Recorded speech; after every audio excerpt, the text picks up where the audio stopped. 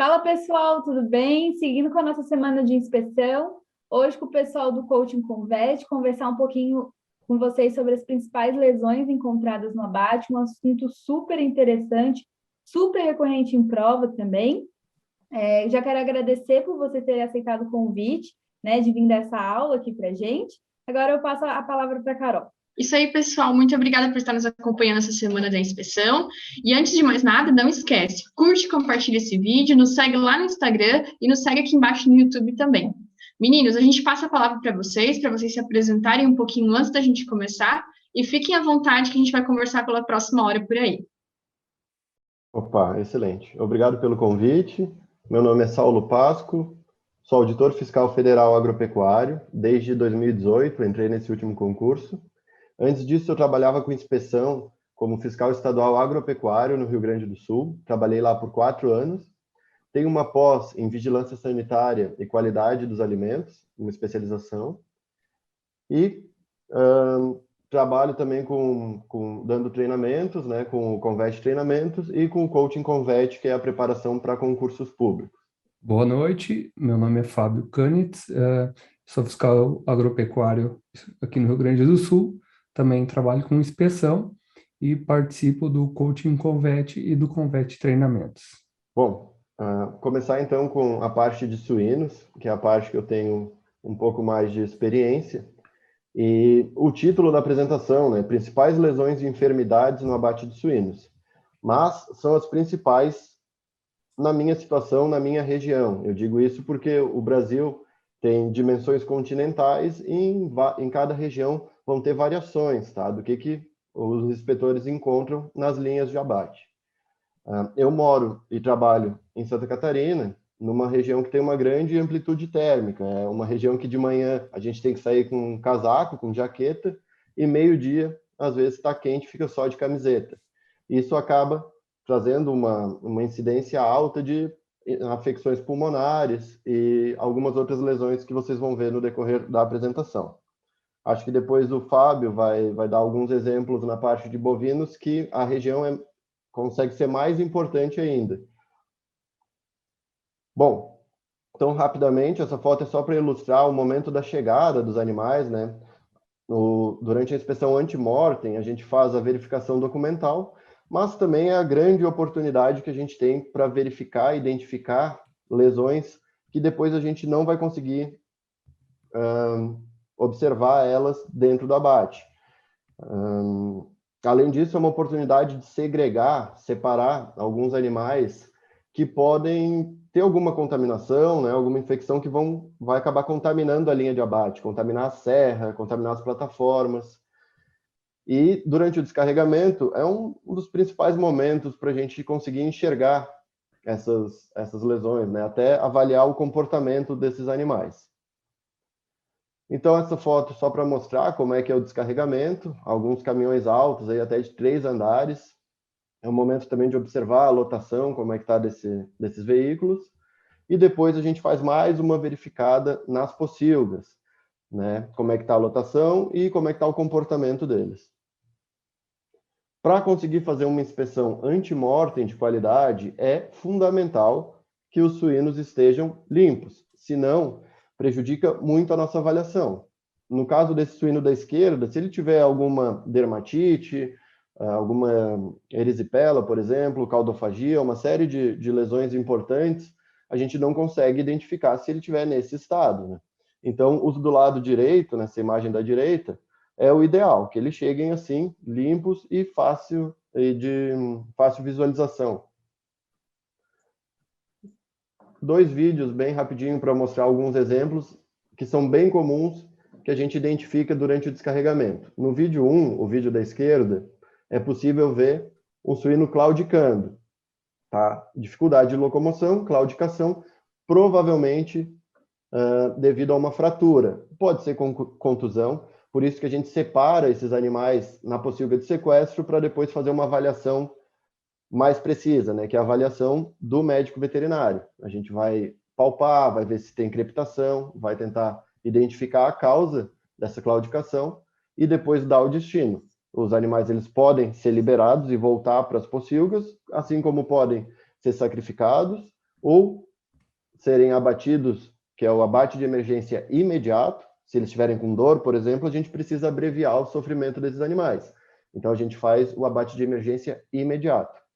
Mas alguns ficam para o final do abate, que seria o abate de emergência imediato. São aqueles casos que eu comentei que podem acabar contaminando a linha de abate. Eu vou mostrar alguns exemplos. No segundo vídeo, é um animal com prolapso de reto e hemorragia. Esses animais também precisam ser separados, principalmente por causa disso, né? O suíno, além de ser curioso, ele pode acabar machucando e piorando o quadro. Então, esses animais eles ficam sequestrados e vão para o abate. Se tiver hemorrágico, abate imediato, né? A gente não pode deixar jamais os animais sofrendo lá na pocilga. Esse vídeo não é nem uma lesão, nem uma enfermidade, mas é uma constatação que a gente, um sinal clínico que a gente vê com muita frequência, principalmente em frigoríficos que recebem animais de longas distâncias. A gente chama de NANI, Non-Ambulatory, Non-Injured. Ele não tem enfermidade, tá? Ele não tem doença e ele não está machucado. Ele simplesmente está fadigado, né? Então, a gente chama esses animais de cansados ou fadigados, né? É a fadiga do transporte, fadiga da condução, e está relacionado aí com a genética, né? Essas variedades, essas linhagens de suíno, elas acabam crescendo muito rápido, eles têm poucos meses de vida, e o coração, né, o pulmão acaba que não acompanha. E quando eles são movimentados, não estão acostumados com essa dose de adrenalina, eles acabam ficando nessa situação. Às vezes infartam e morrem, às vezes só descansam um pouco, né? Eles recebem um banho, ficam um pouco ali descansando, voltam a caminhar normalmente e podem ser devolvidos para a pocilga e para o abate normal. Casos também muito comuns, aqui do lado esquerdo, né, nesse círculo, é uma caudofagia. Essa caudofagia é bem avançada, né? Também chamado de canibalismo. Na direita, uma hérnia. Dependendo do tamanho da hérnia, também tem que separar. Lembra que eu falei que algumas lesões e enfermidades a gente separa para não contaminar? São dois casos, dois exemplos. Por que a caudofagia? Porque muitas vezes a caudofagia, o canibalismo aqui da cauda, permite que as bactérias invadam a medula e vão formando abscessos durante toda a extensão da medula, às vezes na costela, e às vezes no processo espinhoso aqui das vértebras, principalmente torácicas. E durante a divisão em duas meia carcaças, né, a divisão longitudinal, às vezes a serra vai acabar passando em cima desse pus, né, que é bactéria, que vai acabar espalhando, por isso que a gente deixa esses animais para o final. E a hérnia, além do risco de estourar na depiladeira, né, que é uma máquina que vai tirar os pelos, ela é uma máquina muito forte, ela pode acabar estourando e gerando uma grande contaminação. Então, os animais com hérnia vão para o final. Além disso, indo para o final, permite uma avaliação mais criteriosa do veterinário lá no DIF, que é o Departamento de Inspeção Final. Lá, o auditor vai conseguir olhar todos esses pontos que eu falei para vocês que pode ter contaminação. Ver se a hérnia estrangulou ali o intestino, se teve uma contaminação secundária, se teve uma peritonite, o que pode ter acontecido, a gente vai olhar lá no DIF com mais calma.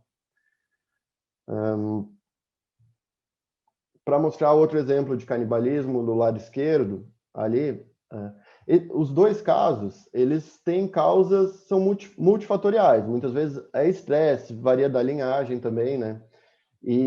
Mas muitas vezes é falta de ração, pouco coxo, eles ficam se puxando para conseguir acesso ao coxo, então acabam lesionando.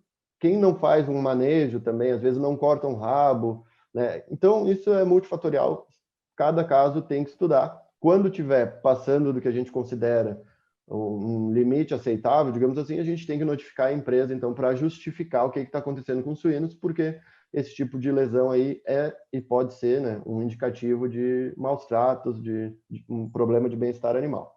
Então, tudo isso vai para a pocilga de sequestro e lá a gente vai ver. Pô, é uma hérnia? Sim, mas se a gente palpar, ela for pequena, não estrangulou o intestino, a gente sabe que ela não tem risco. A pele dela está íntegra, não tem risco de abrir, também liberamos. Às vezes a gente não sabe se é uma orquite, se é uma hérnia, tem que palpar. Tudo isso é feito na pocilga de sequestro, essa do lado direito que está avermelhada ali. Bom, agora passando para as lesões lá de dentro do abate, tá? Essas lesões, elas são identificadas nas linhas de inspeção. Cada linha de inspeção vai ter um auxiliar de inspeção treinado pelo inspetor veterinário e eles são responsáveis por identificar algumas lesões e desviar para o DIF, condenar na linha ou liberar. São 3 opções que eles têm. Se eles acharem uma lesão, eles podem desviar toda a víscera e as carcaças para o DIF, ou podem só condenar a víscera, ou podem liberar. Vai depender do que lesão que é e qual a gravidade dessa lesão. Então, caso muito frequente, provavelmente no Brasil todo, né, a tal da linfadenite granulomatosa, né? Essa lesão, parecem os grânulos, uma grande dica aí para diferenciar ela de outras linfadenites, porque tem uma variedade grande, é a calcificação. Então, às vezes, no corte, dá aquela impressão que tu está cortando uma areia dessa calcificação, e esse corte já ajuda a diferenciar a linfadenite granulomatosa, ela tem que ir para o DIF, né? Não tem como diferenciar macroscopicamente se a gente está falando de uma lesão causada por um Mycobacterium, que é uma zoonose, né, zoonótico, ou aqueles do complexo mais, que não passam para humanos. Então, só para ilustrar, um outro tipo de linfadenite que também é comum no abate é a purulenta. Geralmente ela está drenando uma região com contaminação, por exemplo, um abscesso na pele. Se for na pele do pernil, provavelmente os retromamários ou inguinais superficiais vão estar drenando aquele abscesso, né, que é a função deles, drenagem da parte externa do pernil. Achou a causa, achou aquele exudato dentro do linfonodo. Cisticercose é comum? Não, não é comum, mas não tinha como falar de abate de suíno sem citar cisticercose. Por quê? Ela já se extinguiu? Não, ainda não, mas com a suinocultura industrial tecnificada, cada vez é mais raro de encontrar isso. Ainda assim, a gente tem que abrir todos os masséteres ipterigoides, né, os músculos da mastigação de todos os suínos que entram na linha de abate. Língua, todos os músculos que são altamente irrigados e que trabalham bastante, então língua, diafragma, coração, masséter, esses músculos, eles são os que são mais acometidos pela cisticercose, tá? Atualmente, onde é que a gente encontra suínos com cisticercose? No abate de matriz, mas para fechar o ciclo, geralmente está relacionado com uma má conduta dos colaboradores da granja, ou com um problema de água contaminada, lençol freático, alguma coisa assim. No caso de matriz, ou frigoríficos que abatem suínos de fundo de quintal, né? Esses daí é bem mais comum de se encontrar. Mas fora isso, na suinocultura, né, nas plantas grandes, com integração, geralmente é difícil de se ver. Abscesso, desvia para o DIF. Principalmente esse abscesso que vocês estão vendo nessa região cervical, né, da papada, são abscessos geralmente relacionados com a vacina, ou um adjuvante que provoca uma reação exacerbada, mas a grande maioria das vezes é problema de higiene mesmo. Suíno com muitas fezes ali na região do pescoço, vai aplicando, às vezes não trocam a agulha e vão inoculando principalmente estafilococos diretamente no músculo. E aí o corpo isola, né? Quando forma a cápsula para isolar esse agente agressivo, a gente chama isso de abscesso. Comum no abate de bovinos e às vezes, inclusive, a gente encontra as agulhas ali, porque quebram e ficam ali dentro. Também acontece, mas quanto mais tecnificado, né, quanto melhor o controle sanitário, menos verminoses a gente enxerga. O que é essa verminose? Ela não é transmissível para humanos, então, basicamente, condena na linha se não tiver repercussão na carcaça. Se comprometer a carcaça, aí é diferente, né? Se tiver, por exemplo, caquética, porque é uma infestação muito grande desse parasita, às vezes causa até obstrução do trato gastrointestinal, aí é diferente, é outra avaliação. Mas geralmente se condena as vísceras e libera a carcaça. Esse aqui é o Ascaris sum. Serosite, muito comum também na suinocultura. Tá? Algumas bactérias, alguns vírus costumam diminuir, né, a imunidade dos suínos. Por exemplo, o circovírus tipo 2, suíno tipo 2. E isso acaba permitindo que algumas outras bactérias se desenvolvam e causem esse tipo de lesão. Quando é serosite, né, a serosa do órgão ela está afetada, mas essa serosite fibrinosa, principalmente quando acomete mais de um órgão, a gente chama de policerosite. E a policerosite geralmente é a doença de Glasser, causada pelo Haemophilus parasuis, né, que na verdade agora mudou de nome, agora é Glasserella, o nome da bactéria, é a recordista, mas como a gente trabalha ali no macroscópico, a gente não tem como saber o agente, e tem outros agentes que causam essa serosite, né, ou colite fibrinosa. Por exemplo, a salmonela é um deles, a Braxpira, a Lawsonia. Tem outras bactérias, inclusive algumas que são zoonóticas, por isso que a gente tem que dar o destino de acordo com o conjunto, né? Todas as lesões que a gente encontrar. Nesse caso, vai para o DIF e lá vai ser feita uma avaliação geral da carcaça. Carcaça, víscera, o conjunto completo sempre tem que ir para o DIF para a gente fazer essa avaliação veterinária. Enterite também é frequente, muitas vezes, que nem nesse caso, ela é uma enterite secundária à hérnia. O que aconteceu aqui? Um estrangulamento, tá? Mas às vezes ocorreu torção, principalmente leitões na fase de creche, né? Tem algumas enteropatias, algumas enterites, né? Que aumentam muito a motilidade e às vezes causam torções, torção de estômago, torção de baço, torção de intestino. E cabe também ao veterinário identificar o que foi a causa, né? É alguma coisa recente, é alguma coisa crônica, o agente que pode ter causado ele ainda está presente, ele é uma zoonose, ele não é uma zoonose. Tudo isso é feito lá no DIF com bastante calma. Outra lesão que é relativamente comum e bem importante, que é a esplenomegalia, né, a hipertrofia do baço. Essa esplenomegalia também pode ser uma série de coisas, inclusive a salmonela, né, Salmonella enteritidis, cólera suis também, mas é menos comum, menos frequente no abate. Nunca isolei cólera suis das coletas que a gente fez, mas já isolei várias vezes a enteritidis.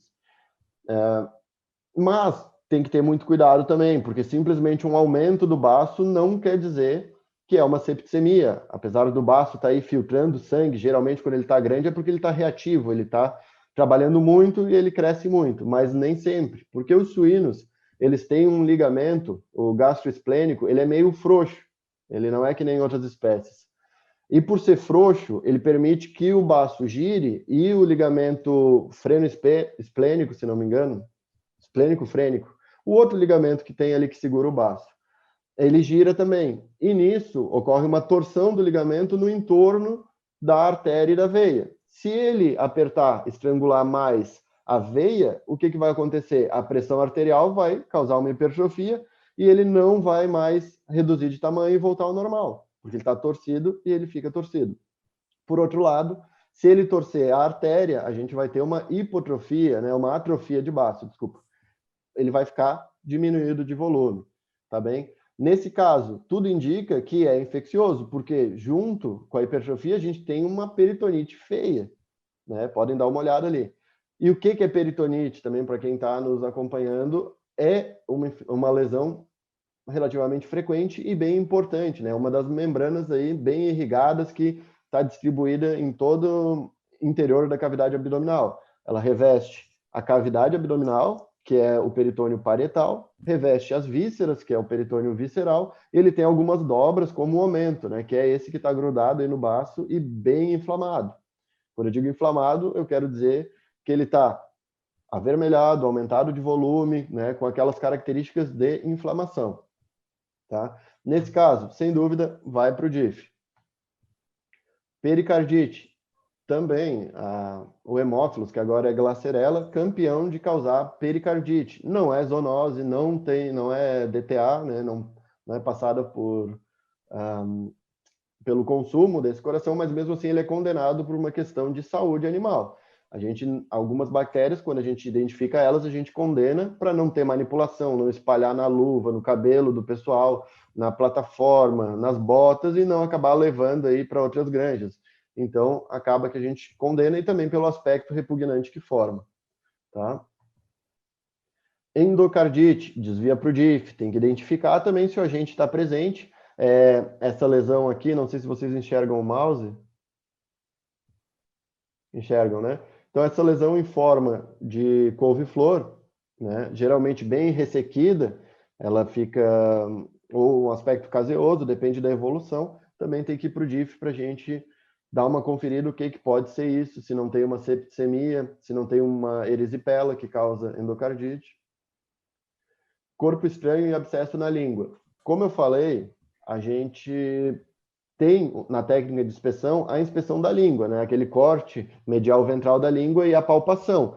É importantíssima a palpação, tá? Visual é importante por causa da cisticercose e da sarcosporidiose, mas também porque o suíno ele é muito curioso. Se deixar cair um preguinho, um parafuso, uma lasca de lajota, quando ele não tiver o que fazer, ele vai ficar brincando com aquilo. E como eles nunca têm nada para fazer, eles ficam o dia inteiro brincando com aquilo. Eles tentam quebrar os azulejos para ter o que brincar. E nisso, às vezes, corta a boca e a gente encontra esse tipo de coisa. Abscesso, corpo estranho, metal, ferro, parafuso. E isso a gente precisa desviar para o DIF para avaliar a extensão dessa lesão. Afecções pulmonares, como eu falei, na minha região aqui, é muito comum. Tem, nas épocas do ano, né, como a suinocultura ela está um pouco, claro que isso varia, né, mas via de regra ela está um pouquinho atrasada em relação à avicultura, não tem tanta automatização, né, automação das granjas. Então depende muito dos produtores esse manejo de sobe cortina, desce cortina, tá frio, tá quente, liga ventilador, faz isso, faz aquilo. E como aqui a amplitude térmica ela é muito alta, em algumas épocas do ano, as afecções pulmonares, elas vêm com tudo. Não é só manejo, óbvio, é multifatorial. Como eu falei, circovirose, tem vacina. Outras, depois eu vou falar de outras bactérias, mas tem outras bactérias que causam que também existe vacina. Então, às vezes, é ajustar o protocolo vacinal, fazer a antibiótico-terapia. São coisas que podem ser feitas para diminuir a incidência desse tipo de lesão. Uma lesão muito importante, tá? A pneumonia tromboembólica supurativa. Ela não é tão comum, mas ela é um indicativo de septicemia, porque vocês podem perceber que não tem uma lesão no parênquima que pode ter permitido uma infecção secundária. Depois eu vou mostrar outros casos que seriam um pouco diferentes. Essa aqui, às vezes o parênquima está impecável, mas vocês encontram vários pontos aí de trombos embólicos, né? Com pus, como se fossem microabscessos. Mas é um indicativo de septicemia porque isso dá a entender que veio pela via hematógena, né? Veio pelo sangue e foi trancando nos capilares pulmonares e causando esse tipo de lesão. O que se faz? Sem dúvida nenhuma, desvia para o DIF.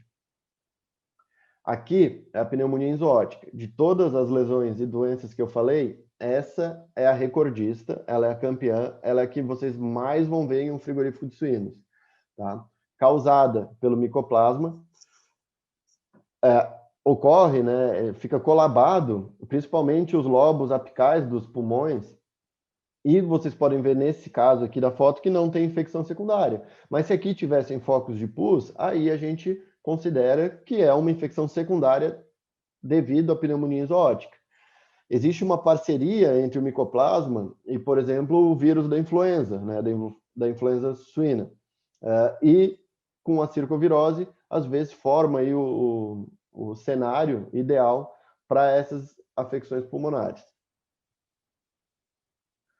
Policerosite, como eu falei, doença de Glasser. Às vezes tem policerosite só nas vísceras vermelhas, às vezes só nas vísceras brancas e às vezes em todas, tá? Que seria o quadro mais grave. Sem dúvida nenhuma, vai para o DIF. A gente não consegue aí achar os linfonodos com qualidade, né? Verificar como é que eles estão. A gente não consegue fazer uma avaliação visual minimamente segura da superfície desses órgãos. Na linha é muito rápido, não tem nem como separar esses órgãos para o pessoal da linha fazer a inspeção. Então, vai para o DIF para o fiscal, para o veterinário, conferir o que está acontecendo ali e o nível que está essa infecção. Lesão de migração larval, né? É também conhecido como spot milk, mancha de leite, em português. Essas manchas de leite nada mais são do que durante a fase do verme, eles migram, né? Eles fazem essa migração por dentro do fígado e acabam deixando a mancha branca. Cisto hidático, eu coloquei aqui porque eu tirei essa foto, onde eu trabalho, e achei linda a foto, mas não é comum, tá? Foge um pouco do tema da nossa live, não é uma live, né? Da gravação. Vou ter que editar essa parte. Foge um pouco do contexto da apresentação. Não é muito comum porque, da mesma forma que a cisticercose, a hidatidose precisa do ciclo. E o ciclo envolve as fezes dos cães. Então, às vezes é falta, assim, de sanidade, né? Deixar os animais entrarem dentro das baias, defecarem na baia e o suíno consome, fecha o ciclo. Mas é bem raro na suinocultura industrial atualmente.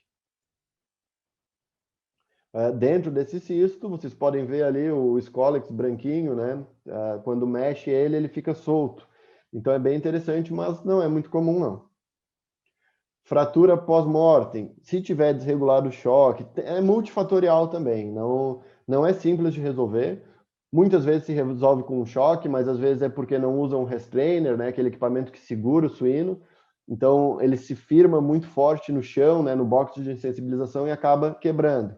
Às vezes é porque está muito úmida a região ali do dorso, ali do lombar, a região do lombar está muito úmida e o choque acaba chegando até aquela região e contraindo, causando essa fratura, que pode ser condenada na linha. Às vezes é difícil, ela precisa ir para o DIF para remover essa parte. Por que tem que remover? Não pode deixar porque ela tem, às vezes fica até uma farinha ali, de tão feia que é essa fratura, às vezes dá trabalho até para remontar.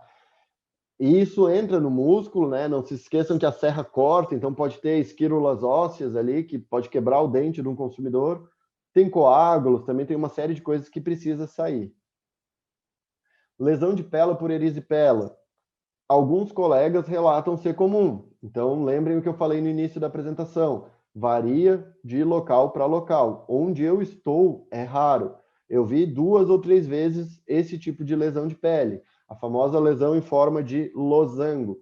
Tá? O que se faz nesse caso? Sem dúvida nenhuma, ela é uma zoonose, vai para o DIF. No DIF, no mínimo, para embutido cozido, ela vai. Né? Se for apenas uma afecção crônica, né, da pele.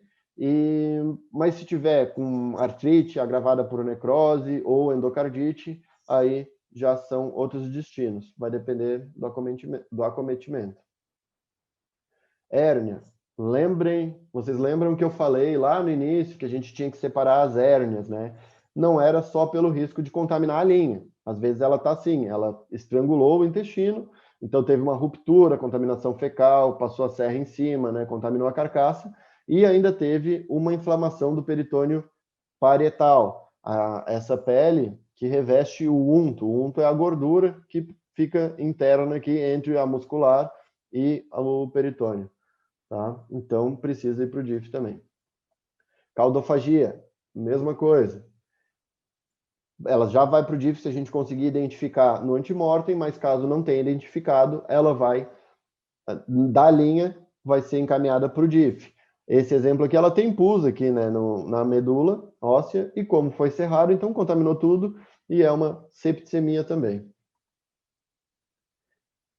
Isso também é comum em algumas regiões, tá? A artrite infecciosa, o RISPO ele não diferencia entre infecciosa e não infecciosa, mas os livros, tem artigos da Embrapa, e na prática a gente diferencia, porque vocês lembram do micoplasma, né, que causa a pneumonia enzótica. A gente não faz nada com a carcaça porque não é uma zoonose, se não tiver infecção secundária a gente libera. E tem em uma porcentagem muito alta, né, de suínos tem aquela pneumonia. E aquele mesmo agente, o micoplasma, ele também causa artrite, mas é uma artrite não purulenta, que não causa essa alteração do linfonodo ilíaco, O linfonodo ilíaco é esse na foto aqui na direita, tá? Ele fica acima do músculo do filezinho.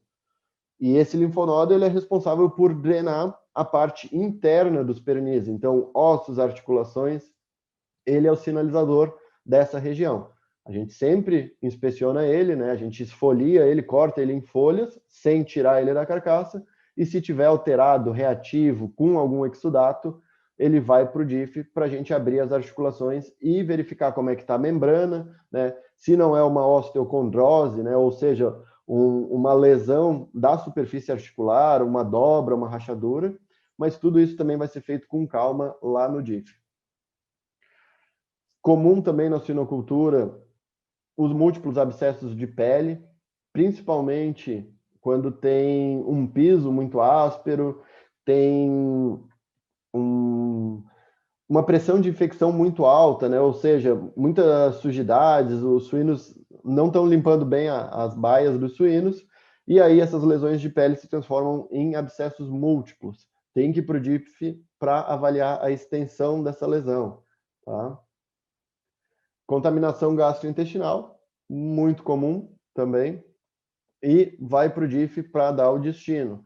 Muitas vezes perdem uma carcaça inteira por causa desse tipo de falha. A gente chama isso de tecnopatia. Não é uma lesão, digamos assim, não é uma enfermidade, não é nada. É uma falha tecnológica, tá? Quais outras falhas que tem? Excesso de escaldagem, má depilação, má sangria. São falhas ali de processo, mas que acabam gerando uma condenação ou um encaminhamento para uma esterilização pelo calor. Entrando agora na parte do rim, os rins, eles têm muitas doenças, a gente registra essas doenças no ábaco, né, que é a estrutura ali de metal que a gente vai anotando as lesões, geram informes nosográficos, né, geram muita informação sobre o lote, mas poucas têm repercussão na carcaça, então poucas acabam indo para o DIF. Vou falar as principais agora. Nefrite, inflamação dos néfrons, né? Bem comum, são esses pontinhos brancos que a gente consegue ver aqui nessa foto da direita. Tranquilo, só condena o rim na linha e libera a carcaça. Às vezes, as lesões já estão um pouquinho mais avançadas, é o caso dessa hidronefrose. O que é hidronefrose? Né? Geralmente causada por uma obstrução dos ductos do rim, e a pressão, né, da urina que vai se formando acaba comprimindo a medular, e nesse caso aqui até a cortical do rim foi afetada. Né? E somada essa inflamação, né, esse aspecto agudo da lesão, devido a isso tudo, essa carcaça tem que ir para o DIF. Infarto. O infarto é essa mancha aqui, né, uma coloração sólida, é diferente de uma congestão que seria essa aqui. Vocês podem ver que aqui está variando a tonalidade. No infarto, é uma cor sólida. E uma outra forma de identificar o infarto é cortando, porque ele gera essa forma de cunha, né, cuneiforme. Isso aqui é característico dos infartos. Existem dois tipos de infarto, o hemorrágico e o isquêmico. Vai depender de se foi o que entupiu, foi uma artéria ou se foi uma veia. Outra lesão que ela é muito recorrente em abate, provavelmente tem aí no Brasil todo a incidência dessa lesão, que são os cistos urinários, tá? Muita atenção, porque às vezes, olhando visualmente pela parte de fora, a gente não identifica, mas na palpação a gente consegue identificar, e quando abre, às vezes está inclusive contaminado, às vezes é um abscesso. Um detalhe importante, inspeção não é somente visual, a gente está passando aqui algumas fotos, imagens, mas a inspeção visual é apenas uma parte da inspeção. Pegar esse rim na mão, sentir a textura desse rim, o odor que ele pode estar exalando, o odor medicamentoso, um odor putrefativo, tudo isso faz parte da inspeção. Por isso que é importante, né, a prática, vivenciar isso, analisar com calma e fazer todas as etapas, não se basear somente numa foto, tá bem? Então, era isso que eu tinha para falar, pessoal. Citei as principais lesões que eu tenho visto, mas provavelmente muitos de vocês vão ter experiências um pouco diferentes, tá bem? Bom, a minha apresentação é sobre as principais lesões e enfermidades no abate de bovinos, em continuidade, então, a semana da inspeção da VetCom. Como introdução, falar um pouquinho sobre o antemortem, né? Que o fluxo normal do abate seria os animais chegar nos currais, que são os currais de chegada e seleção, onde é feita a inspeção antemortem.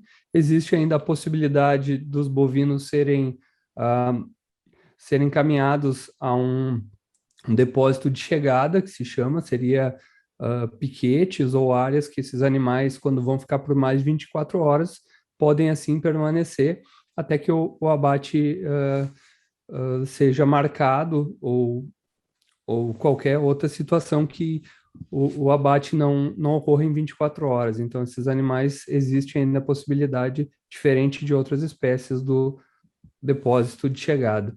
Então, o fluxo normal seria os currais de chegada e seleção, onde é feito o antemortem, e desses currais, os bovinos podem ir para os currais de matança ou para o sequestro.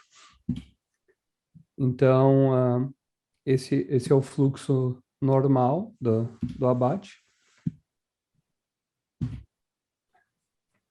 Então, a inspeção antemortem, ela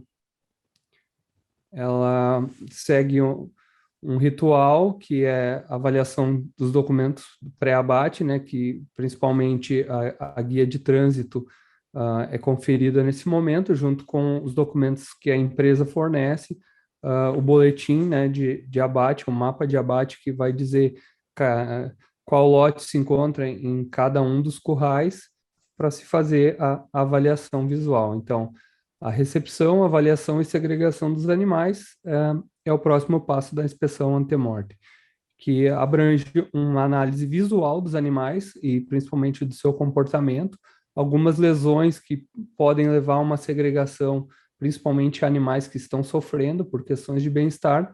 Esses animais devem ir para a matança de emergência imediata, que veremos à frente.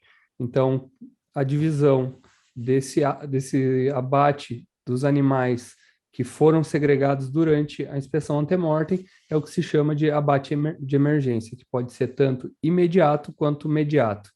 Também existe a possibilidade dos animais agonizantes ou que já chegam mortos, ou ainda aqueles que morrem nas dependências da empresa, do estabelecimento, eles podem ser encaminhados para o setor de necrópsia, onde será feita a análise da causa morte desses animais para um diagnóstico e assim ter uma noção de qual enfermidade pode ter naqueles animais que restaram e pertencem ao mesmo grupo.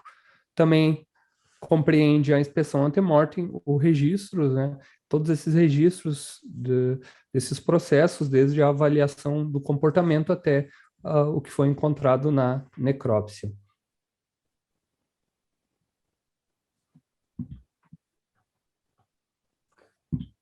Então, basicamente, a inspeção antemortem, como eu falei, é uma avaliação dos animais, do seu comportamento, de aspectos gerais sobre esses animais, desde a questão de bem-estar até lesões visíveis que possam levar a uma segregação. Então, tanto do lote e quando o inspetor achar que seja necessário, esse animal pode ser apartado para um exame mais acurado, que pode ser num tronco de contenção. Então, o abate de emergência, como eu falei, tanto pode ser imediato como imediato, e ele é relacionado àqueles animais que estão doentes, né, ou com sinais de doenças infecto-contagiosas, também animais agonizantes, contundidos, com fraturas e hemorragias, ou hipertermia, e aqueles que não conseguem chegar até a sala de abate por seus próprios meios. Então, com o auxílio de um carrinho, esses animais chegam até a sala de abate. Também animais com sinais neurológicos e outras condições ainda previstas em outras normas devem também gerar um abate de emergência, tanto imediato quanto imediato, dependendo de cada caso. Então, entrando no tópico principal, que é a inspeção pós-mortem, né? segundo o artigo 126 do RISPOA, o que se considera o exame ante-mortem, né, é o exame da carcaça, suas partes, cavidades, órgãos e tecidos, assim como linfonodos, através de uma visualização, palpação, olfação, ou seja, utilizando principalmente os sentidos, né, do que o inspetor tem aí para avaliação dessas partes de carcaça e vísceras, e além disso lança a mão da incisão, fazendo cortes sempre que necessário para uma melhor avaliação dessas partes. Então, todos esses processos também são definidos em normas complementares. Aqui um exemplo, né, de inspeção da cabeça, inspeção do fígado e esôfago. Então, entrando mais especificamente nas linhas de inspeção, né, a linha A1, que é o exame da glândula mamária, temos as principais lesões, a mastite e a tuberculose. Então, entrando nessas enfermidades, né, aqui um úbere, né, ou glândula mamária de um bovino, esses animais devem ser condenados sempre que houver comprometimento sistêmico, ou seja, vai ter a mastite e também vai ter alguma coisa relacionada a ela, como caquexia ou outros pontos com lesões que têm as mesmas características daquela encontrada na glândula mamária, ou seja, que provavelmente indicam que houve viremia e um processo sistêmico. Porém, caso essa mastite seja aguda, mas não houver o comprometimento sistêmico, depois de removida essa glândula mamária, pode-se enviar a carcaça para tratamento térmico, especificamente a esterilização pelo calor. Ainda no caso de mastite, né, quando for uma mastite crônica, ou seja, já tem fibrose, já está bem resolvido o processo, já não tem mais aquela secreção purulenta, e não houver o comprometimento sistêmico, também pode-se remover, condenar a glândula mamária e pode-se liberar o resto da carcaça e outras vísceras, né? Existem casos como brucelose, animais reagentes à brucelose, que sempre vão ser condenados às glândulas mamárias. Então, o animal chegou descrito na GTA que ele é positivo para brucelose, ou ele tem essa marca na cara, né, o P no lado direito, automaticamente essa glândula mamária deve ser condenada. O aproveitamento, né, da glândula mamária para fins alimentícios, né, só vai ser permitido após a carcaça passar lá pela linha I, que nós vamos ver mais adiante, ou seja, que é a linha que inspeciona a parte cranial da carcaça, que é a última linha de inspeção. Então, aqui friso que é muito importante se manter a correlação entre vísceras e carcaças, porque a qualquer momento esse órgão pode ser chamado até o DIF para uma verificação mais acurada. Em caso de contaminação por doença infectocontagiosa da carcaça, essa glândula deveria ser condenada. Então, somente após a liberação da carcaça é que essa glândula mamária pode sair da sala de abate e ir para seu processamento dentro da sala específica para isso. A linha A, que é a inspeção de patas e lábios, né? As principais lesões são as pododermites e pododermatites, e também lesões vesiculares, aqui ilustrando a parte do lábio, né? E também a parte mais interna da boca e a inspeção de patas. Outra linha aqui muito importante, que é o exame do conjunto de cabeça-língua. As principais lesões encontradas na cabeça cursam a cisticercose, sarcosporidiose, actinomicose, miosites, linfadenites e abscessos, enquanto que na língua, a cisticercose, sarcosporidiose e aqui actinomicose, linfadenites e abscessos. Aqui exemplos de inspeção da cabeça, onde são são feitas incisões nos músculos da mastigação, também linfonodos que drenam a cabeça e também o retrofaríngeo medial. Então, como vimos, é uma das principais doenças, enfermidades que são encontradas na linha de inspeção da cabeça, é a cisticercose. A cisticercose, ela tem uma especificidade que, em janeiro desse ano, foi publicada a Instrução Normativa 121, que, por um prazo de 18 meses, ela altera um artigo do RISPOA que trata da cisticercose, ou seja, durante esse período aqui de 18 meses, as empresas elas têm algumas obrigações, principalmente em relação à educação sanitária de produtores, e ainda foi dado um prazo maior daquelas destinações não tão restritas que como eram antes da última alteração do RISPOA. Então, a partir desse momento, quando for encontrado um único cisto viável nos locais de eleição das linhas de inspeção, né, deve ser destinado ao tratamento pelo frio ou pela salga após removida a área atingida. Então, sempre que tiver um único cisto viável, a inspeção tem duas opções de tratamento condicional, ou seja, tratamento pelo frio, menos 10 graus por 10 dias, ou a salga, que é a salmoura, né, com 24 graus Baumé, com mantas de carne com espessura máxima de 3,5 centímetros. Quando for encontrado um único cisto, porém esse cisto já calcificado, diferente do anterior, que era vivo, nos locais de rotina de inspeção para cisticercose, como eu falei aqui, a gente está ainda na inspeção da cabeça, mas a cisticercose também ela aparece em outros órgãos, como coração, fígado, esôfago, diafragma. Então, caso seja nesses locais seja encontrado um único cisto calcificado, ela pode ser destinada para o consumo humano após removida a área atingida, sem nenhum tratamento térmico, ou seja, a carne pode ser destinada ao consumo in natura.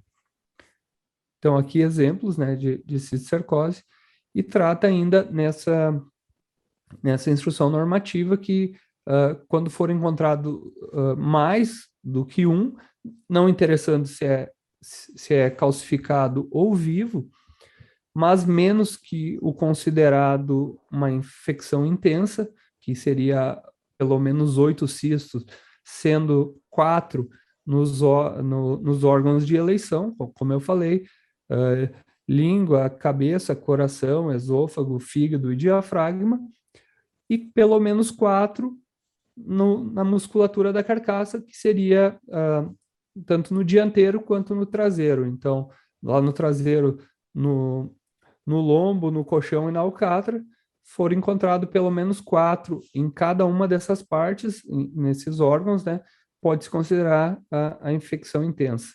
E quando não for essa divisão, pode-se destinar ao tratamento pelo calor. Aqui não é especificado qual tipo dos tratamentos pelo calor. Então, pode ser tanto o cozimento quanto a fusão e a esterilização. Esses artigos aqui, o 185 do RISPOA, essa infecção intensa, ela não foi alterada pela IN, então ainda, caso tenha de 8 ou mais cistos viáveis ou calcificado, com aquela divisão que eu falei, 4 e 4, 4 em vísceras e 4 em musculatura, então ainda continua a condenação total. E um único cisto calcificado condena a área atingida e libera o resto para o consumo. A linha D, ela é a inspeção tanto do trato gastrointestinal, baço, pâncreas, vesícula urinária e útero. As principais enfermidades são apresentadas aqui nesse quadro e versam sobre enterite, tuberculose e neoplasias no caso dos intestinos, além da esofagostomose, que é um parasita e é o único caso desses principais que se condena na própria linha. Todos os outros deve-se encaminhar o conjunto de carcaça e vísceras para o departamento de inspeção final, onde será feito um exame mais acurado de todas essas partes. O estômago, principalmente gastrites ou essas inflamações das paredes, né, é o mais comum. O baço, em caso de hiperplasia. Pâncreas, também a eritema é a mais comum. Bexiga, um processo inflamatório de cistite. O útero, tanto metrítico quanto o caso de brucelose, que veremos mais à frente também. E o esôfago é um daqueles órgãos de eleição para cisticercose. Já a linha E, ela é a inspeção do fígado e ela traz essas lesões que são bem comuns, muito mais comuns que as do trato gastrointestinal. Então, quem trabalha com inspeção de frigorífico vai fazer muito destinação de vísceras com essas enfermidades aqui. Telangiectasia, cirrose, congestão e hidatidose, fascícula esteatose, que é o fígado amarelado com presença de gordura, né? Abscessos e a periapatite, que seria a inflamação dessa pele que envolve essa fáscia, né, que envolve o fígado. Então, entrando nessas enfermidades, né, caso tenha fascícula hepática, deve ser condenada a carcaça apenas quando tiver uma repercussão, que pode ser tanto a caquexia quanto a icterícia, né, devido a esse processo de agressão ao fígado, pode chegar ao extremo de causar icterícia, né? Então, porém, quando a lesão é circunscrita ou limitada somente ao fígado, tem a fascícula, né, conhecida como baratinha do fígado pelo pessoal que trabalha nas linhas ali, mas não tenha nenhuma repercussão, só se condena o fígado na linha e libera todas as outras vísceras e a carcaça. Outra enfermidade comum também em bovinos, a hidatidose, vai ser condenada a carcaça sempre que houver caquexia. Porém, um pouco diferente da fascícula, que vai condenar o fígado, né? A cisticercose, existe a possibilidade a hidatidose, existe ainda a possibilidade de não se condenar esse fígado, caso a lesão seja periférica, calcificada e circunscrita. Então, pode ser removido só essa parte da lesão, claro que vai dar uma margem de segurança ali, mas pode-se liberar o restante, né, do fígado para consumo. Outra lesão comum em fígado é o abscesso, né? No artigo 134 do RISPOA, a gente vai discutir ele mais para frente, porque ele é um artigo um pouco mais complexo e abrange outras vísceras também. A telangiectasia, que são esses pontos escuros e um pouco até mais aprofundados assim no parênquima hepático, né? Então, se chama telangiectasia, e esses fígados são condenados na linha, né? E caso seja uma lesão discreta, poucos pontos com telangiectasia, pode ainda se remover só essa área e liberar o resto do fígado, parecido com o caso de hidatidose. Outra condenação, outra destinação de carcaça que deve ser levada em consideração com base no fígado, né, são essas doenças como hemoglobinúria bacilar dos bovinos, varíola, septicemia hemorrágica e febre catarral maligna. Aqui a hemoglobinúria bacilar, que é representado pela foto ali, bem característica essa lesão aí causada por Clostridium, né? Então, ela deve se condenar a carcaça nesses casos, nem precisa avaliar caso de repercussão geral ou alguma coisa assim. Tendo essa enfermidade aqui, já condena a carcaça. A linha F, que é o exame do conjunto, né, que na evisceração é retirado do coração, pulmão e traqueia, né? Então, temos como principais lesões do pulmão e da traqueia as broncopneumonias, as pneumonias, enfisema, aspiração de sangue ou ingestão de conteúdo gastrointestinal, linfadenite, tuberculose, a actinobacilose e ainda certos parasitas que podem estar infestando o pulmão. Então, a principal doença relacionada ao pulmão seria a tuberculose, né? E existe esses casos aqui em que se condena a carcaça já de antemão, até através do exame antemortem, né? Caso um animal esteja febril e seja diagnosticado tuberculose, nesse caso aqui se enquadra nesse artigo. Então, o animal que apresenta caquexia ou lesões tuberculosas em músculos ósseos, articulações, linfonodos dessas partes também devem ser condenados. Não precisa ser concomitantes essas apresentações, ou seja, uma delas já é suficiente para condenar todo o conjunto de carcaças e vísceras. Também casos de lesões caseosas em órgãos do tórax e do abdômen, ou seja, em duas cavidades diferentes, também já é suficiente para condenar essas carcaças aí. Lesões miliares ou perláceas, né, também do parênquima ou serosas, já é caso de condenação.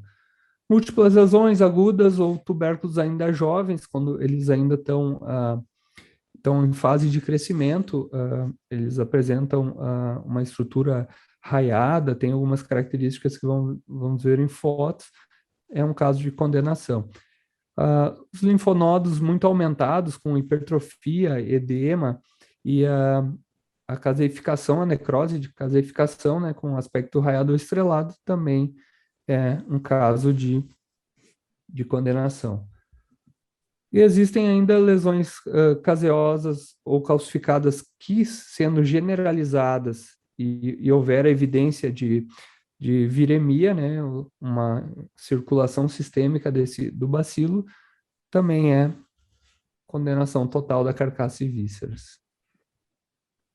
Porém, tirando esses casos, ainda existe a possibilidade de esterilização pelo calor, porém, menos possibilidades, né? Caso sejam lesões caseosas e discretas, localizadas e ainda encapsuladas a um linfonodo só do mesmo órgão, pode-se destinar ao tratamento pelo calor através da esterilização.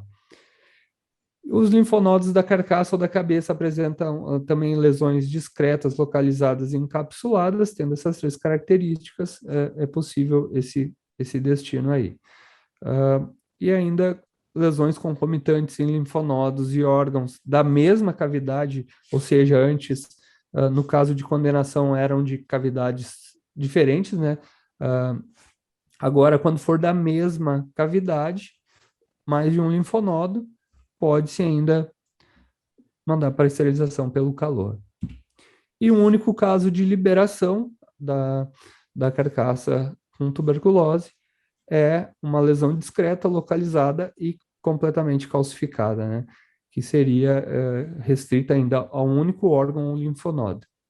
Então, toda a área deve ser condenada e o resto pode ser liberado para o consumo. Aqui exemplos da tuberculose, né? Lesões miliares de tuberculose, é um caso que sempre vai condenar, não se pode mandar para o tratamento condicional.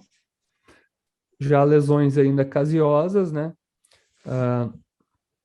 Tinha em mais de uma cavidade, aqui lesões também em linfonodos, então também condenação.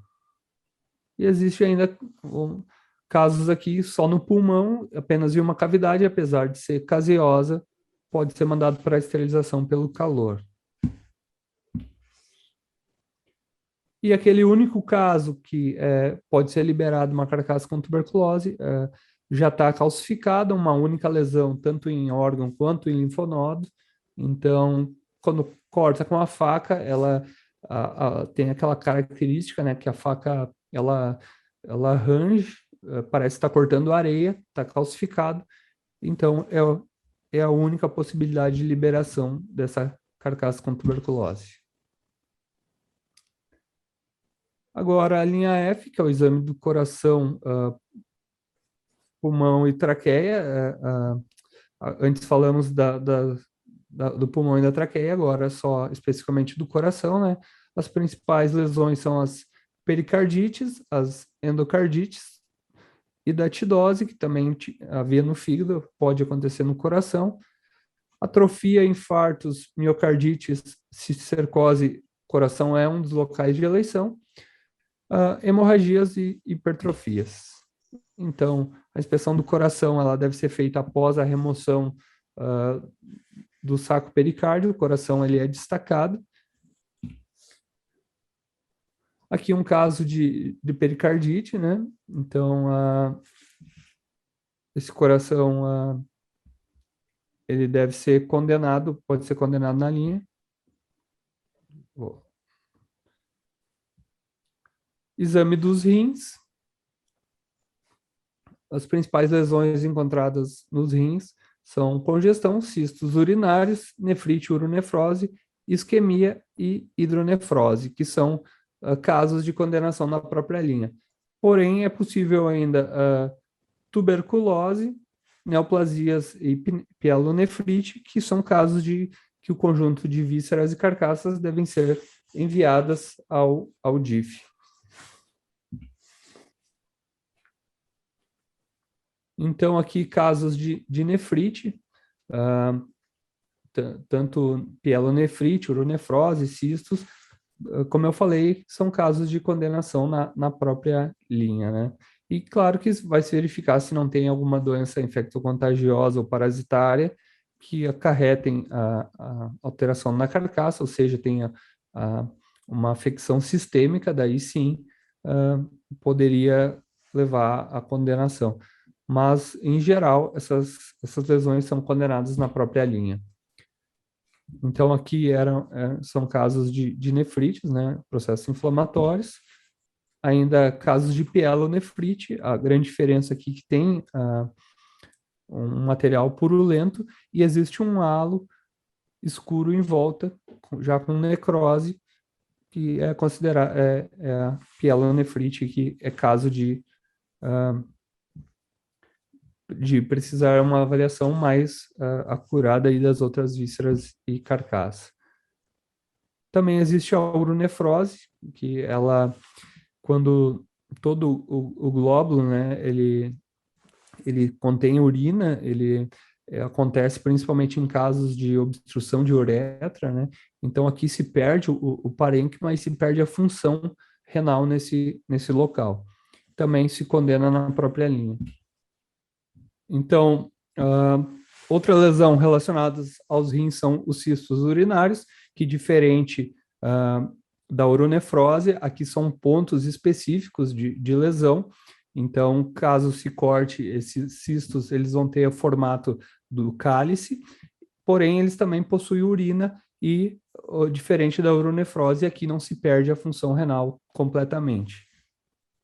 É caso de condenação do órgão na própria linha de inspeção e tem que tomar aquele cuidado ao fazer a incisão, porque pode ter urina aqui dentro e contaminar a carcaça. Então, a próxima linha de inspeção é a linha H, que ela abrange os lados tanto externo quanto interno da parte caudal da carcaça e os linfonodos que drenam essa região. As principais lesões são as contusões, abscessos, a adipoxantose, que é relacionada a um fator da alimentação do animal, principalmente, né, os carotenos, beta-carotenos, a linfadenite, neoplasia, cistercose, todas essas aqui para baixo, peritonite e contaminação com origem gastrointestinal devem ser desviados para o DIF. Então, apesar de não ser uma lesão, a contaminação por origem gastrointestinal ser uma tecnopatia ou uma deficiência durante o abate, deve-se tomar esse procedimento que eu elenquei aqui. Caso sejam superficiais ou localizadas, pode-se remover na própria linha de inspeção e a carcaça segue o seu fluxo, o seu trajeto normal, porém, se a contaminação for mais pronunciada, se desvia a carcaça para o departamento de inspeção final, para uma avaliação mais completa do inspetor. Então, o que o RISPOA traz sobre a contaminação? Caso carcaças, partes de carcaças e órgãos, eles têm uma área muito extensa de contaminação, que seja até inviável de ser retirado, tanto por conteúdo gastrointestinal, por urina, leite, por bile e pus, ou ainda qualquer outra forma de contaminação, qualquer natureza. E como eu falei, não seja possível essa remoção total, essa carcaça deve ser condenada.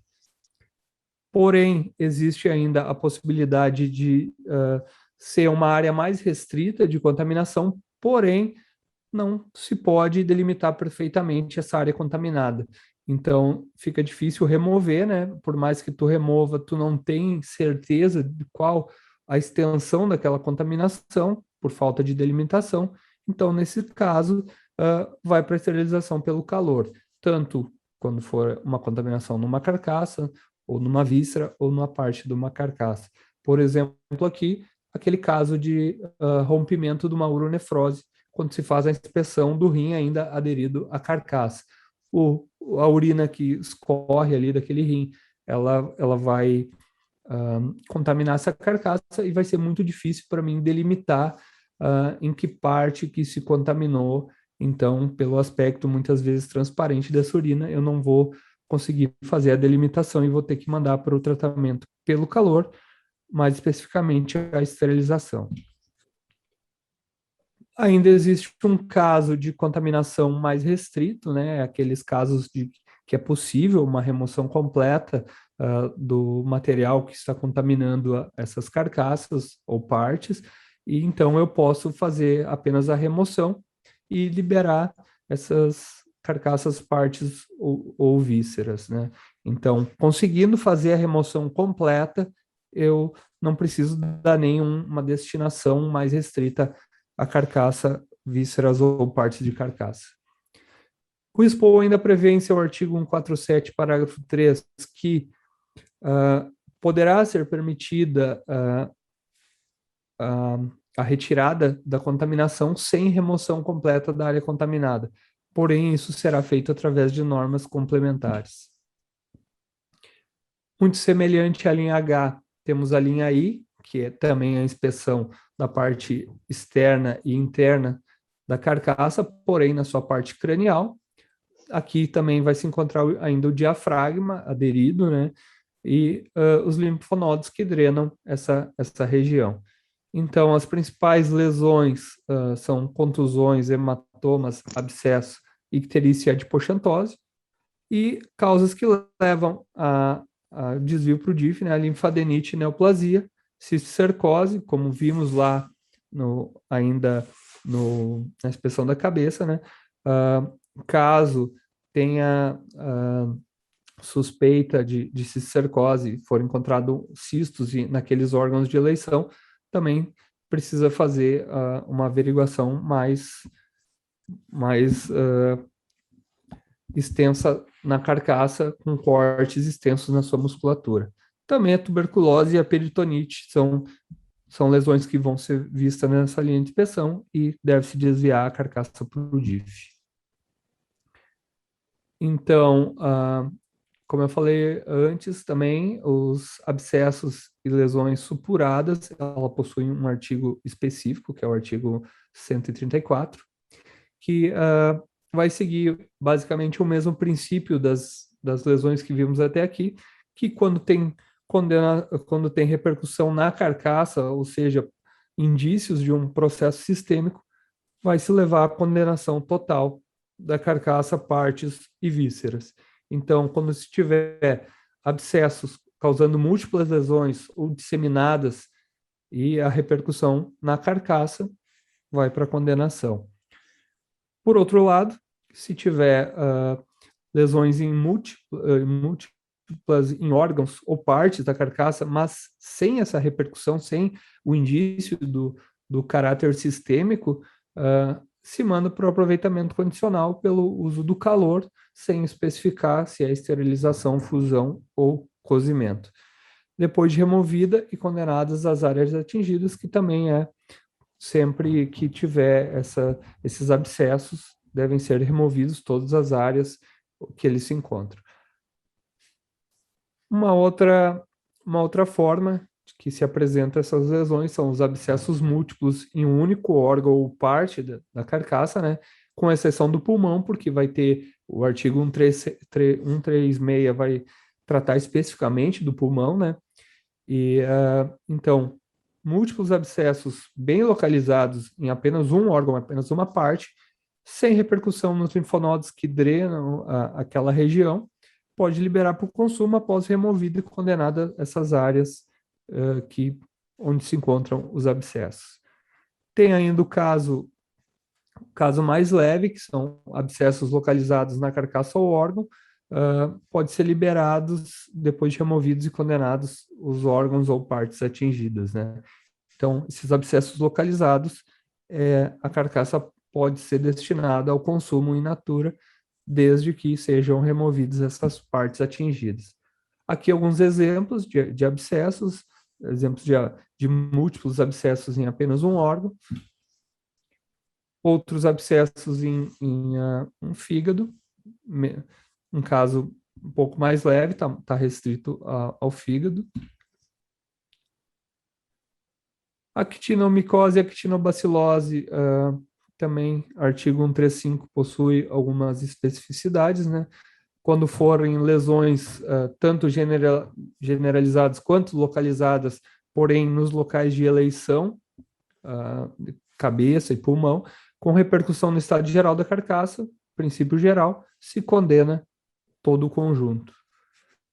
Porém, tendo múltiplas lesões em órgãos ou partes dessa carcaça, mas sem aquela repercussão, sem indícios do processo sistêmico, aproveitamento condicional pelo calor e remoção das áreas atingidas.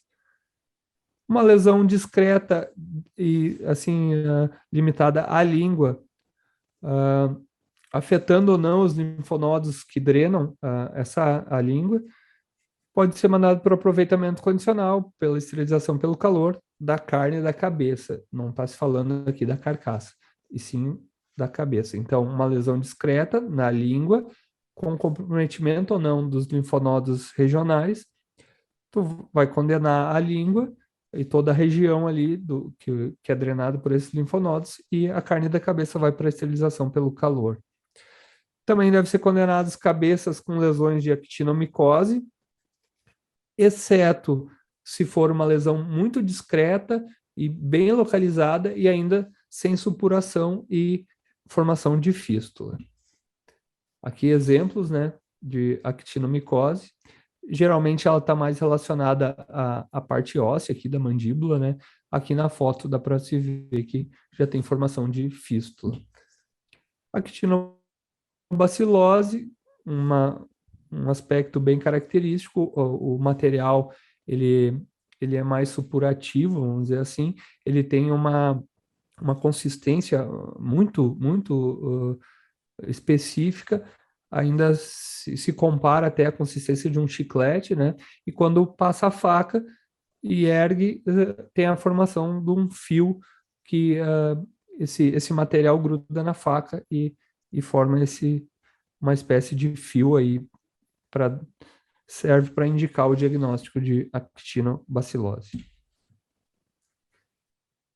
Esse artigo o Saulo já comentou, então eu não vou aprofundar muito nele, né, que são casos de condenação total, sempre que houver esses indícios, né, de comprometimento de processo sistêmico, comprometimento da carcaça por processo de septicemia, piemia, toxemia, ou ainda indícios de viremia, né, e o consumo dessa carne, desse produto possa causar infecção ou intoxicação alimentar, sempre caso de condenação. Aqui alguns exemplos, né, de casos de peritonite, casos de pielonefrite, o rim já está com o parênquima bem atrofiado, toda a estrutura bem comprometida, né? Então é um caso de condenação total. O RISPOL ainda prevê alguns casos de condenação ou de destinação para os animais que já chegam positivos para para brucelose, ou seja, aquele animal já vai do lado direito da cara com a letra P e a guia de trânsito vai falar ali que ele é um animal positivo, né, um abate sanitário. Então, caso ele seja febril, lá no antemortem, já vai diretamente para a condenação total, muito semelhante ao que vimos na tuberculose. Em caso de ausência de lesões indicativas de brucelose, a carcaça pode ser liberada para o consumo in natureza, porém, como eu falei, o úbere, o trato genital e o sangue são sempre condenados em caso de animais com sorologia positiva para brucelose. Então, aqui uma lesão característica, né, de brucelose no ligamento cervical dos bovinos, né, deve ser examinado também. Ali os placentomas, a brucela a gente sabe que tem tropismo pelo eritritol e causa necrose, então também é uma lesão bem indicativa. Aqui só para ilustrar, animais que chegam, né, com essa marca, esse P de diâmetro de 8 centímetros no lado direito da cara, são os animais positivos que podem ser tanto para tuberculose quanto a brucelose. Os animais com caquexia, né, os bovinos com caquexia vão ser condenados, assim como os seus órgãos. Então, atualmente é muito difícil esse tipo de animal chegar até o estabelecimento. Então, essas fotos são um pouco mais antigas, mas aqui podemos ver que toda a coluna vertebral ela está bem saliente, assim como as costelas.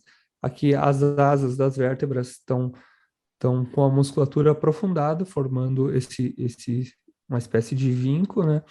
É um caso de caquexia em bovinos, caso de condenação total. Carbúnculo sintomático, também condenação total, em todos os casos.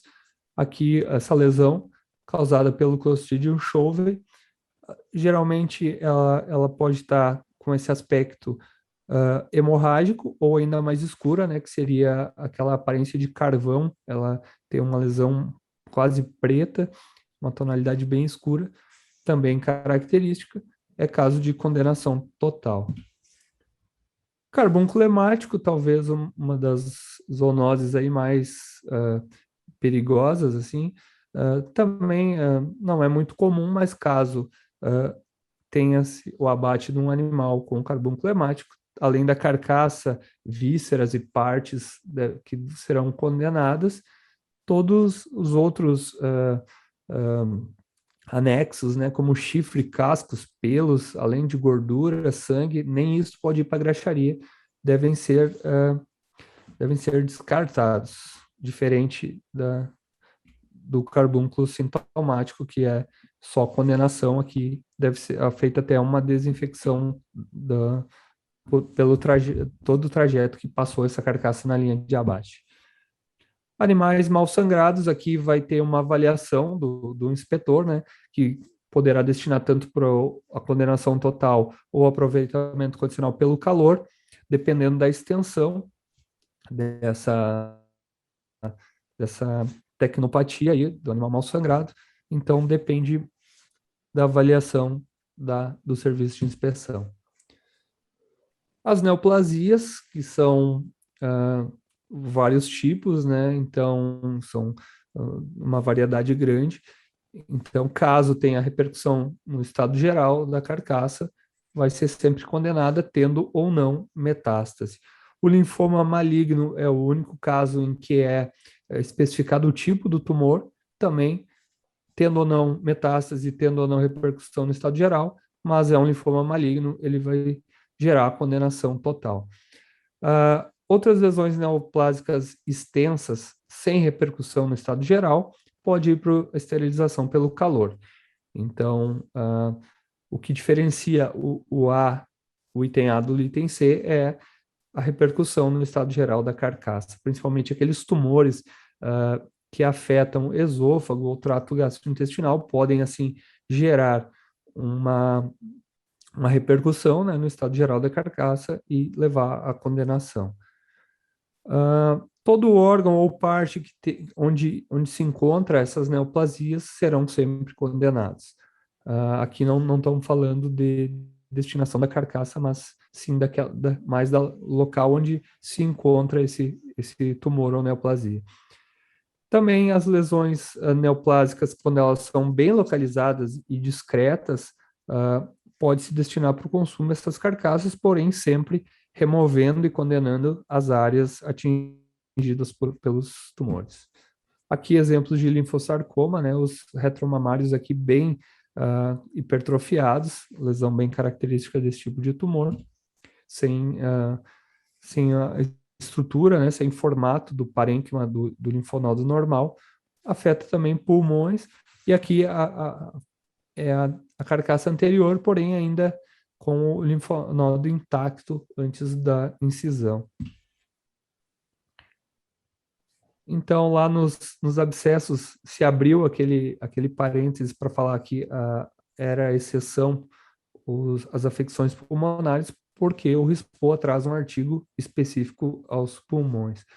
Então, quando houver lesões extensas desse tecido pulmonar, tanto um processo agudo ou crônico, que tenha material purulento, necrótico, gangrenoso, fibrinoso, e associado ou não a algumas outras complicações, mas tenha repercussão no estado geral da carcaça, vai gerar condenação total. Quando houver ainda uma afecção pulmonar em processo ainda agudo, com presença de material purulento, edema, mas já estiver em fase de resolução, os linfonodos que drenam essa região estiverem comprometidos e ainda tiver uma afecção na pleura, pode ser destinado ao aproveitamento condicional pelo uso do calor. Então, são 3 coisas que têm que ser observadas, né? Um processo agudo ou em resolução, vai estar atingido tanto o tecido pulmonar quanto a pleura, e repercussão na cadeia linfática regional. Destina-se a tratamento pelo calor. Aquelas aderências de pleura sem nenhum tipo de exudato, nem sem outras complicações maiores, nem linfonodos, nem em partes das carcaças, pode ser destinados ao consumo sem nenhuma restrição, porém deve ser removida essas áreas atingidas. Sempre que o pulmão tiver qualquer afecção, tanto de origem inflamatória quanto infecciosa e parasitária, traumática ou pré-agônica, como seriam os casos de aqueles animais que fazem aspiração de sangue ou de conteúdo gastrointestinal, esses pulmões sempre serão condenados e vai se avaliar a carcaça normalmente. Então, aqui um caso de um processo inflamatório, né, com aderência da pleura bem acentuado, uma pneumonia intersticial, então seriam daqueles casos de afecção do tecido pulmonar, uma enfisema, também muito comum em bovinos, afetando o parênquima pulmonar, e uma pneumonia. Então, precisaria avaliar aqui, para dar a destinação, também os linfonodos regionais, presença de material purulento ou já em fase de resolução, e também a pleura, né, para poder dar uma destinação. Afecções de pleura também, se for bem discreta, não tiver repercussão em linfonodos ou outras partes da carcaça, pode só remover a pleura e liberar o resto para o consumo. Então, como durante muitos artigos eu falei sobre o tratamento condicional, eu vou fazer aqui uma breve revisão do que seria o tratamento condicional e os seus tipos, né? Então, ele é uma destinação dada pelo serviço oficial, diferente da destinação industrial, que é quando a própria empresa dá a destinação, quando não estamos falando de risco à inocuidade do produto.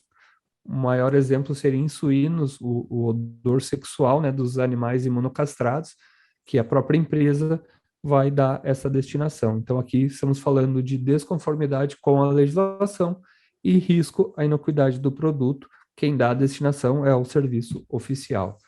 Então, os tratamentos eles vão se dividir tanto pelo frio, sal e calor, sendo que pelo frio, o RISPOA ele trata como menos 10 graus por 10 dias.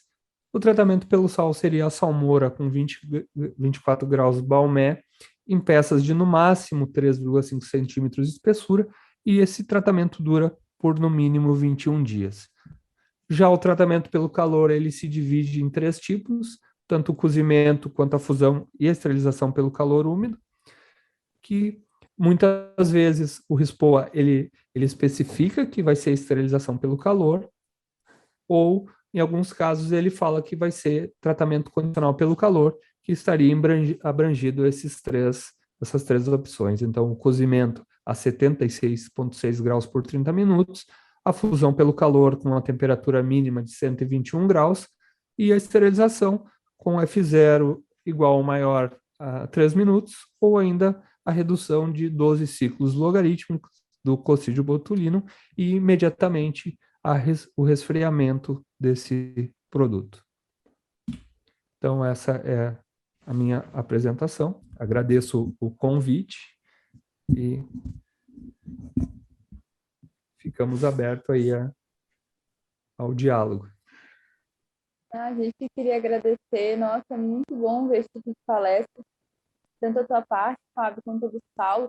Eu acho que ver o que a gente estuda no RISPOA com foto é outro nível, assim. Porque, não sei, eu nunca tinha visto uma foto do que passou agora do carbono climático. Gente, eu nunca tinha visto um bovino assim. E, então, é muito mais fácil de gravar também, né? Achei muito legal a palestra de vocês dois, aprendi muito também. As fotos ajudam muito, né, Carol? Sim. Novamente, a gente vem agradecer, então, em nome da VetCom, pela participação dos meninos da Convet. Se você ainda não conhece esse trabalho deles, segue eles lá no Instagram. Não esquece de seguir a gente também lá na VetCom. E assim a gente vai terminando essa semana de inspeção, com bastante conteúdo para vocês, com bastante fotos, exemplos. E, Carol, se você quiser encerrar.